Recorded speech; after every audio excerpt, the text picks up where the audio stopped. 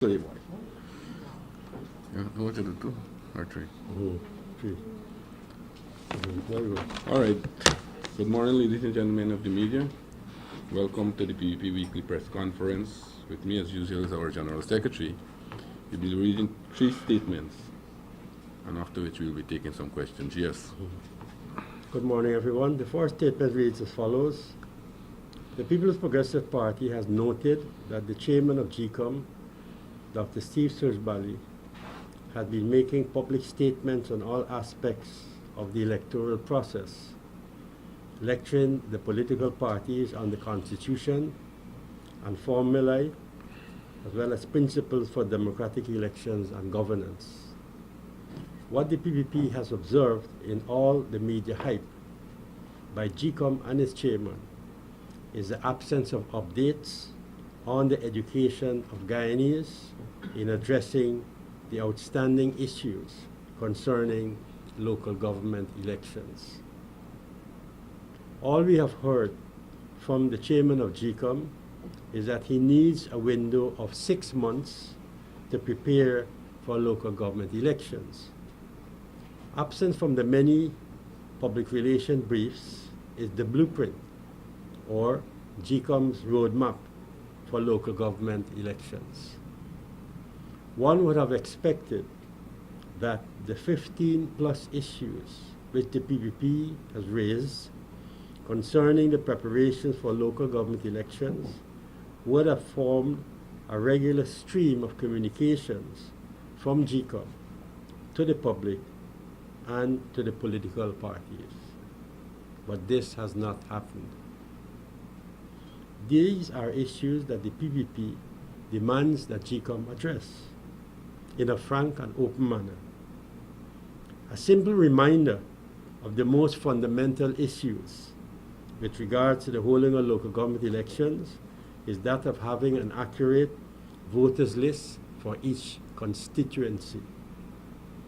GCOM was preparing for local government elections since 2009, so one can assume that these lists are available. If that is not so, then it is mind-boggling how 6 months will fix what 6 years did not fix. GCOM must provide direct and specific answers to the populace on these fundamental and critical issues. The PPP reiterates its disapproval of the appointment of GCOM's Public Relations Officer, Mr. Richard Francois. The party had written to the chairman outlining its reasons for taking such a position, and once again calls for the immediate withdrawal of Mr. Francois' appointment. Such a position at GCOM requires absolute neutrality, and Mr. Francois had openly supported the opposition on many occasions in the many Starbuck News and Kaieteur News' letters published under his name attacking the PPP. Further, concerns have been raised over the transparency of GCOM's employment practices and policies. It is our belief that in such a critical organization, at least the major stakeholders should be involved in the employment of senior managerial and administrative staff. The PPP calls on Guyanese to demand fair and unbiased employment practices and procedures at GCOM. Today, our party wishes to address the issue of security as regards all aspects at GCOM. All security aspects at GCOM. The PPP raises this concern, noting that there have been significant losses of electoral material and other items from GCOM locations. The PPP has been reliably informed that 25 cartoons of the indelible electoral ink and dozens of black tanks, water tanks, have gone missing or unaccounted for within GCOM. What is even more alarming is that there seem to be efforts within GCOM to keep these breaches of security from the public and the stakeholders, covering up breaches in security by GCOM would further shake the confidence and trust that stakeholders have in the entire Elections Commission. The People's Progressive Party calls on the chairman of GCOM to provide to the parties and the public full details with respect to these breaches of security, as well as assurances that appropriate action will be taken against person or persons found to be negligent. The Guyana Police Force must be called in to investigate these breaches. For too long, equipment and items procured from taxpayers' monies by GCOM are stolen or declared lost, and no one is held accountable.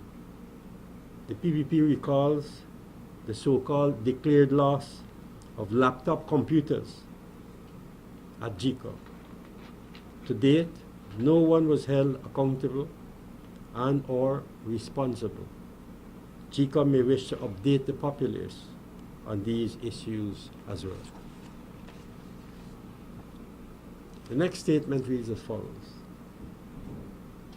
The People's Progressive Party has noted with interest the widening divergence of views between the AFC and APNU on the issue of the AFC-sponsored no confidence motion.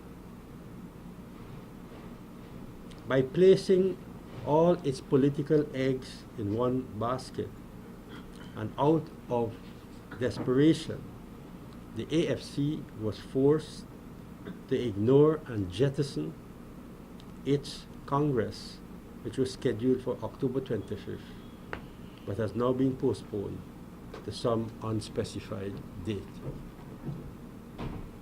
The AFC, like a rudderless ship, is drifting along the sea of despair, hoping for some miracle to save it from sinking as a result of its forthright no confidence motion. The AFC appears to be knocking from pillar to post, a sad state of affairs indeed. Political observers should not be surprised if in the not too distant future the corpse of the AFC's no confidence motion is to be found floating in the political wilderness. It is now becoming abundantly clear that the AFC is acting more out of a sense of desperation rather than any real sense of direction and purpose. Its political bankruptcy has now become all too obvious as many of its erstwhile supporters and friends continue to desert that party that made so many unfulfilled promises to them. The difficulty faced by the AFC was highlighted in a letter, Starbuck News, October 24, 2014, by none other but Mr. David Hanks, who lamented the lack of consensus between the APNU and the AFC on the no confidence motion and predicted that in the absence of such consensus, the PPP will survive the no confidence motion. According to Hines, despite APNU's assurances, it is obvious that they are not on the same page as the AFC, a position which was reinforced by Granger himself when he said in no uncertain terms that the no confidence motion is not his party's priority. This was further confirmed by Granger, who said that the no confidence motion was not on the agenda in his talks with President Donald Ramotar. Thus, it is clear that the APNU will not allow itself to be driven by an AFC agenda and would rather allow other matters on the order paper to be given prominence. The main parliamentary opposition has made its position clear that its preference is the holding of local government elections, and will therefore not allow itself to be arm-twisted by the AFC's rush into general elections, especially at a time when there are still festering issues in its camp. The recent hostile reception given by PNC rank-and-file supporters to Granger during his visit to Linden must have had a sobering effect on the PNC, especially when seen against the tumultuous welcome given by Lindeners to Prime Minister Heinz during his recent visit to Linden in observance of the 22nd anniversary of the return to democracy. It is clear that the AFC is swimming against the political tide. Guyanese are fed up with the politics of negativity pursued by the opposition parties, and more particularly the AFC, which seems bent on having its way, despite resistance from the vast majority of the Guyanese people who would like to see continuity and political stability. The final statement, ladies and gentlemen, reads as follows. The People's Progressive Party is monitoring closely recent developments in West Indies cricket, particularly the withdrawal of service by the West Indies one-day international team in the middle of their tour of India, which will ultimately have negative effects on the sports in the region. It is now public knowledge that this unceremonious end to the India tour was as a result of a pay fallout between the senior members team and the union, the West Indies Players Association, and eventually the West Indies Cricket Board. The PBP is of the view that in any work environment there will be differences from time to time about compensation, and it is no different in this case. However, to bring the sport into disrepute because of the narrow-mindedness of a few individuals is unacceptable, immature, poor judgment, and simply reckless. We wish to remind that cricket is too valuable a cultural asset to Guyana and the rest of the Caribbean to be allowed to fail, and as such, we call for a swift resolution to this embarrassing episode in the history of West Indies cricket. We also wish to remind that cricket is the property of the people of the Caribbean and has played and continued to play a major role in uniting our peoples at the street, village, community, country, regional, and international levels. We believe that these recent issues plaguing West Indies cricket can have a serious negative impact on our reputation internationally. As a matter of fact, it is already impacting cricket fans, with India ending all bilateral tour agreements with the West Indies and the tour of South Africa in limbo. We also wish to highlight that complications such as these affecting West Indies cricket at this time can and will have severe economic implications for the region, including our countries who benefit immensely, especially financially, from the hosting of international matches. We therefore urge the parties concerned to seriously consider the proposal to the effect that the Right Honourable Dr. Keith Mitchell, Prime Minister of Grenada, play a mediating role with a view to bringing about a speedy resolution to the serious problem at hand. The PBP urges that these discussions be mature, frank, and resolute so that there could be an amicable resolution to the issues, thus allowing West Indies cricket to shift its focus back to the field. Thank you. Thanks, GS. There you have the three statements. Open now for questioning. Mr. Rohi, Gordon Mosley, News Source. Sir, on the GCOM PRO issue, this is someone who has worked extensively in the government sector at Gaisuku, GPL, the Ministry of Health, Ministry of Education, and NCM.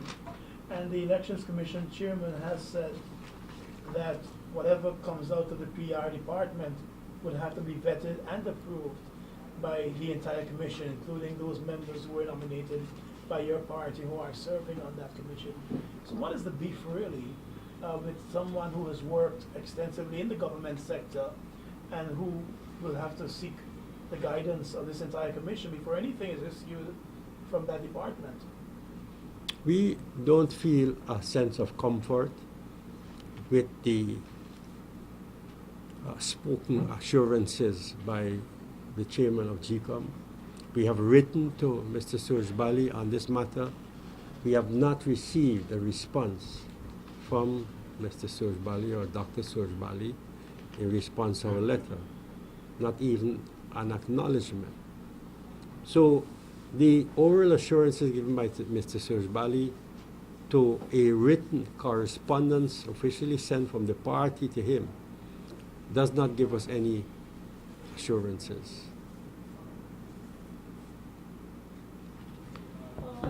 Yes. You know, a good pleasure news. Mr. Rohi, on the same issue, the PVP, this is about the fourth or fifth time you're making this call for your removal. This is about what? The fourth or fifth time we're speaking on the matter of Mr. Francois and for his Oh, removal. okay. Yeah. GCOM hasn't paid you much mind.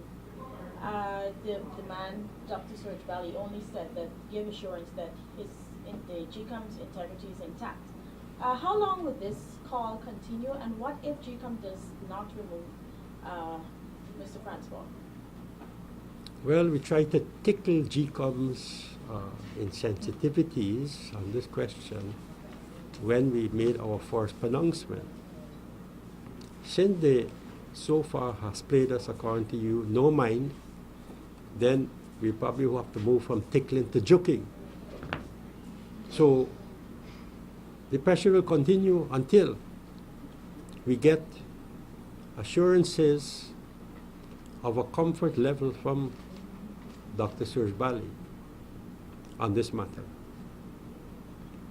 I cannot say at this point in time how long this engagement with respect to this individual will continue, but what I can say is that so long as we do not get from GCOM or its chairman assurances that lead us to develop a very high comfort level one way or the other on the matter, we will not relent on the subject. Incidentally, I read in, I think, last week's Starbuck News, one of Starbuck News' columnists writing on this subject under the headline, "We are all fair game." And I have to say that I found that columnist to be rather apologetic, what I would describe as an apologist for Mr. Francois and his employment, with respect to his employment at GCOM. And she went into a tirade. She didn't go as far as to say that, some people have said that we are taking bread out of somebody's mouth. But I keep saying over and over again that GCOM is a highly important body in this country. If GCOM, after any election, was to get up and say, give numbers as to who win and who lose, that's a major issue, because it speaks to the political fortunes of political parties in the country. And we've seen in 2011, all elections in fact, we've seen when parties are declared losers, how they behave. And as a result of them being declared losers, those who are declared winners have to temper their enthusiasm and to call upon their supporters not to be too jubilant or exuberant on their victory at the polls. Just on the same issue. So GCOM is a barometer for measuring, the political sensitivities in this country, especially when it comes to election results. And that is why from now, we have to pay extremely careful attention to what GCOM is doing. Okay, Mr. Lest we wring our hands at some later stage and say, if we did know. We don't want to get into if we did know. We want to deal with the issues now. Mr. Roy, other than firing, you said you need Other than what? You said you need comfort on the issue, and unless you can give you comfort, you will not relent. Other than firing Mr. Francois, what other comfort are you looking for? And two, you said you're moving on from tickling to joking. We understand tickling is making the call. What exactly would No, you said what? joking What was the become? word I said? Joking. No, before that. Tickling. Tickling, yeah. Yes, so you're moving on from Tickle me, baby. to joking. Mm. We understand that tickling is making these calls weekly. Mm. What would joking connotate? What You mean the connotation? Yes. Well, whenever politicians speak, they're speaking politically. So I'm talking about politically joking. And what like- I'm not talking about the jokers that prisoners would have in the prisons. That type of joker is totally out of our thinking. I'm talking about in other words, that means heightening the pressure. That's what I meant. Heightening the pressure. Thank you, sir. On her first question, she's asking what would constitute confidence Uh-huh. in GCOM's assurance. Because Mhm. what the chairman is saying is not going to change. Mhm. Well, I don't know if Mr. Searchbally is God. Because the only things I know that can't change are the Ten Commandments. What I do know is that GCOM is a body that was born out of struggles for the restoration of democracy in Guyana. You see? So, and there are 3 commissioners who sit on that body that represent the interests of the People's Progressive Party. So I would leave it at that at this point in time. So is his dismissal is what the party is looking for? Mr. Francois' dismissal?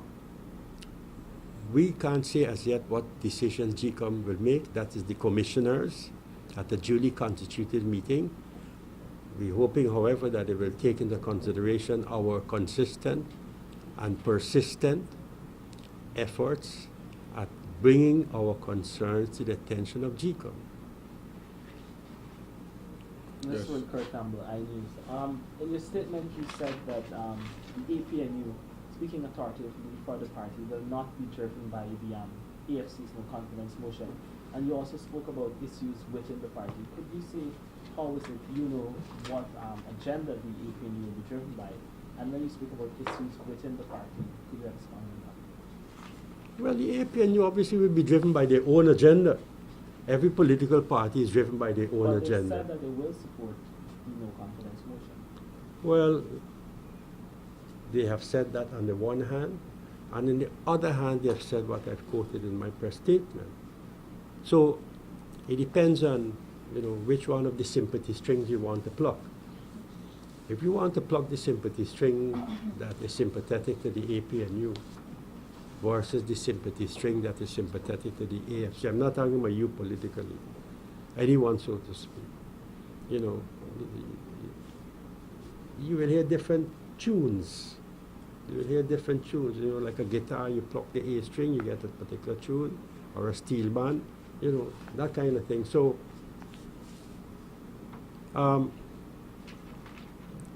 I know based on what Mr. Granger has said, and I could only go on the basis of what Mr. Granger has said. Mr. Granger has said that his priority is local government elections. And almost every Tuesday he's in front of the office of the president with placards calling for local government elections. I've never heard him use any placard calling for no confidence motion. And from what our activists are telling us, who are on the ground, whenever they're holding a public meeting, the speakers hardly make any reference to no confidence motion. they are all hammering away at local government elections. You know, so to me, that's as clear as crystal. Their priority is local government elections. You know, they may have a hidden agenda in respect to the no confidence motion, but on the surface, at this point in time, local government elections is what they're pressing ahead for. I don't see the APNU pressing as consistently as, I don't see, sorry, the AFC pressing as consistently and persistently the question of local government elections as the APNU or PNC is pressing. So obviously, you know, here's a microphone marked NCN, and here's another microphone marked HGTV. This represents APNU, well, I don't mean, sorry, you know, I'm thinking figuratively speaking. So the differences are clear between these two microphones we have before me.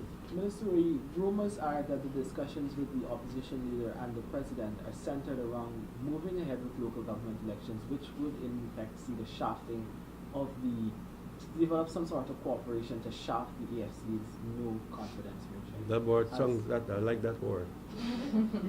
As General Secretary of the party, cause from listening to your from listening to you. Remind me of the movie. I Lest I may be interpreted. It just reminds me of the movie, which I think God knows quite well. Probably would have seen it. And in fact, it's a beautiful song, theme song of the movie Shaft.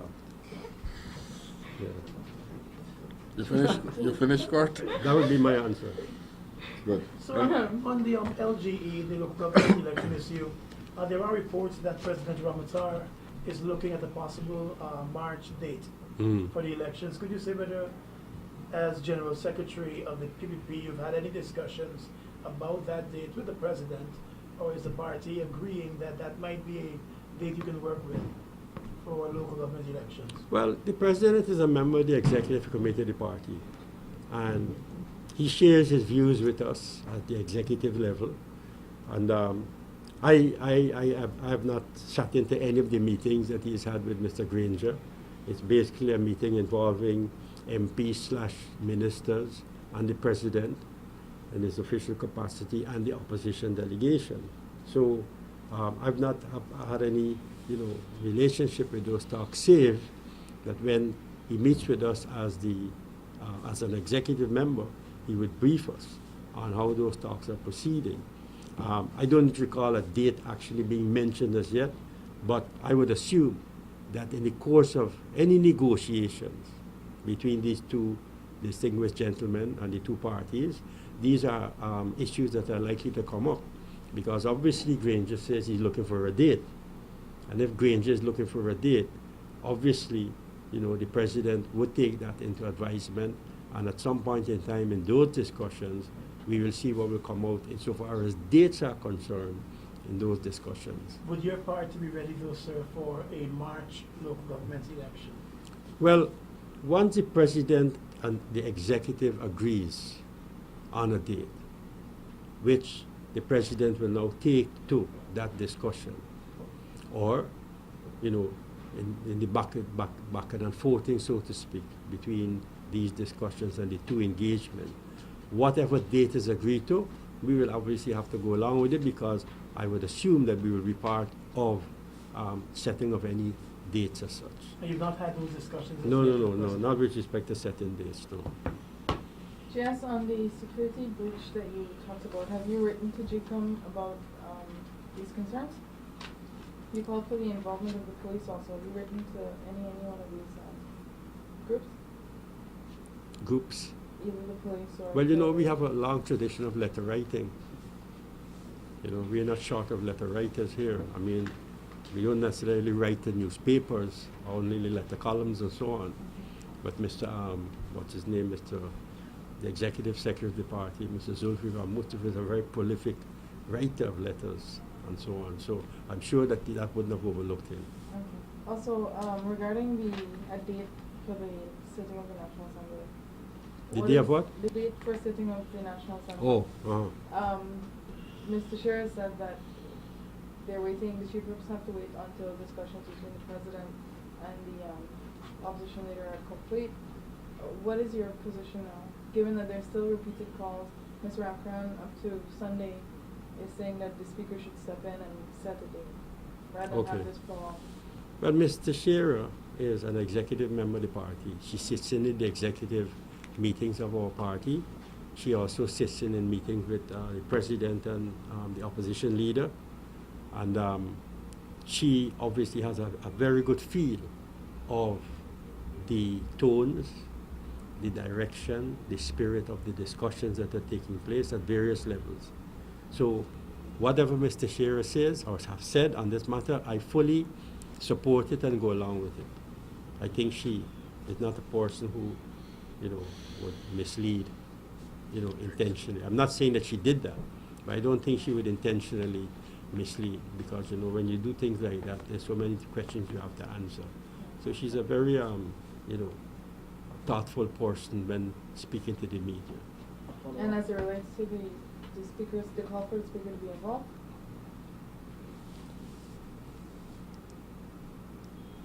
I'm trying to figure out how to deal with Mr. Ramkaran, but I haven't actually, settled on how to address that matter as yet. But trust me, at future press conferences, I'm sure I will come up with a formula on how to address his musings in the conversation tree columns in the top of news. Mr. William, I understand you trust Mr. Shearer's judgment, but with so many pressing issues to be addressed in the National Assembly, Mhm. are you personally satisfied with the delay With the delay, in setting a Setting date? a date. Taking into consideration the last sitting was 3 months, you're going into 4 months now, 4 months ago. Are you personally satisfied? put it this way, our MPs are always chomping at the bits to get into any debate in the parliament. We have a long order paper with a host of government issues to be discussed. And if you recall, Dr. Luncheon had spoken on this matter some time ago on the convener of parliament, the agenda that has already been formulated for discussions when parliament is convened, and any other matter that would appear on the order paper. So our MPs are always prepared whenever a date is set for parliament. We're following the discussions very closely at the party level, and at some point in time, the chief whips will agree on a date. One that is agreed to between them, Ali and Gail Teixeira. We have absolutely no hesitation in fulfilling our parliamentary responsibilities and duties. Two final questions from me, Mr. Louis.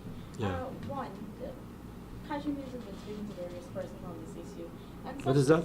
Kaiser News, Uh-huh. what false people, has Mhm. been speaking to various persons on this issue, and there are concerns among residents, citizens, that parliamentarians look forward basically to all the nitty and gritty, everything nice that they get from Parliament and the stipend at the end of the month. Mhm. Yet they keep delaying this thing all the time. They're not going to Parliament. They not necessarily have the interest of the people, but they're collecting taxpayers' money. What would you say to comfort these citizens that the delay is in their best interest? Well, you see, the thing is that I'm not surprised with that kind of thing coming from Kaichio News. That their usual take on serious business for the government and parliament. So I would give short shrift to that kind of concoction on the part of Kaichio News. But, I know government parliamentarians in or out of parliament work. We have parliamentary work, we have extra parliamentary work. The ministers, most of the ministers are members of parliament. They're always, out there in the field doing work and so on. And, that the committees are functioning in the parliament. I was pleased to see that a number of parliamentary committees are meeting, notwithstanding the fact that the General Assembly, so to speak, the full House, have not had a meeting as yet. But the fact of the matter is that activities are going on in respect to the parliament. And then I can only speak for our MPs. I know that the PPP MPs are at work wherever they are employed, but they also do their parliamentary duties as well. So sitting in the parliament whenever it is in the National Assembly, whenever it is convened, to fulfill those responsibilities. It's only part of the other responsibilities which our MPs have to do. And once they're doing that work, which is basically to do with representing people, listening to people's concerns, preparing it to either go in the budget, like the WeCare program, that came out of discussions with MPs, with people on the ground. And those discussions go on and on and on. We consult with people, hear their views. They want things to be represented. The MP must represent the issue either to the minister, or if they're the minister themselves, they must take it to the cabinet, or take it to the Ministry of Finance or the president, and things like that. So, you know, we don't operate like public servants, so to speak, Okay, 8 to 4. And last week you told me that you had Dr. Suraj Bali's words about the integrity of GCAM didn't comfort you in any way. You also said that he is throwing political tantrums. Does the PVP still have confidence in Dr. Suraj Bali as the chairman of GCAM? Well, we haven't seen anything as yet to make us shift our position on that matter, you know. But we are laying cases constantly before him, and, you know, as he responds to those matters, then, you know, we will assess as we go along. But I wouldn't say at this point in time we've lost confidence in Mr. Suraj Bali. You know, Mr. Suraj Bali, like any other chairman of the Elections Commission, appointment came out of a process that was set up by the Carter formula, you know, that the opposition had to submit a name not unacceptable to the president.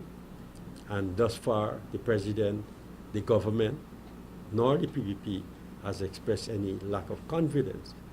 We have no interest in moving like the AFC has moved in the parliament, in respect of confidence or no confidence in Mr. Suraj Bali. We don't operate like that. But at this point in time, we still continue to have confidence in him. But at the same time, you know, we have to balance that off against. I hope that's not taken out of context. We don't report only one part and leave out the other part. Because I could see a headline saying, PVP has confidence in Suraj Bali. I'm not saying that. That's not the completeness and the fullness of my statement. I'm saying, because I know how some journalists say, I'm saying that the process out of which Mr. Suraj Bali was appointed, right? The government had to have, and the ruling party had to have confidence in him, like his predecessors, for him to be appointed. Thus far, there's not been anything to make us shift from that position. But we are constantly laying before GCOM and Mr. Suraj Bali a host of issues which we want to represent to the Commission. And we are expecting that they will take up these matters and resolve them, you know, to our best satisfaction. You see? That's it. All right. Any other question? If not, ladies and gentlemen, thank you all very much. And if I could ask you all 1 minute, we have a presentation. Let me see when the guys come. Yeah. Something from Mr. Ganesh Parts Store, right next door to us. And they want to present us because we have a number of youth organizations across the country. You know, the PYO is the youth arm of the party, and also a number of other organizations. They want to make a presentation to us of 500 football. And we really appreciate it. He will make a presentation to the GS. I'll ask the GS after his he receives, he can make some few remarks. So I'll ask the representative from Ganesh Parts to make that presentation to the GS. Thank you very much. You want to say something? Well, we at Ganesh Parts, we pay a lot of emphasis in youth, and we feel sports is one of the main avenue where we could get them involved and keep them off the road, and you know, so that is why we try to do our best. Well, football, we have some football in whatever sports. We try our best to help youth around the country. Oh, thank you. Well, ladies and gentlemen, I'd like to express on behalf of the party and the youth organization, Progressive Youth Organization, our appreciation for this football. We think it will go far away in helping our youths to be involved in sports. You just heard the statement on cricket, which is a manifestation of the importance we attach to sports. Football is no exception. I'm very pleased to see that these two words on the football mark, growing together. See, this is very symbolic of what all games are about, that we grow together. And what is even more interesting here is that these balls apparently have been made in India, but it says here, child labor-free product, which I think is extremely good. So that these footballs are made free of child labor, which is an extremely good example of the kind of product that Ganesh Parts is distributing free of cost to youth organizations around the country. So, ladies and gentlemen of the media, I hope that you will give some coverage to this. It's outside of the political arena. And I'd like to assure Ganesh Parts that we will distribute them as equitably as we can, widely as possible geographically across our country without any discrimination whatsoever, so that our youths could have the benefit of these footballs that you have presented to us. Please convey to the management of Ganesh Parts our deep appreciation for this gift, and assure them that it will be made good use of in terms of promoting sports in our country. Thank you. Thank you all very much.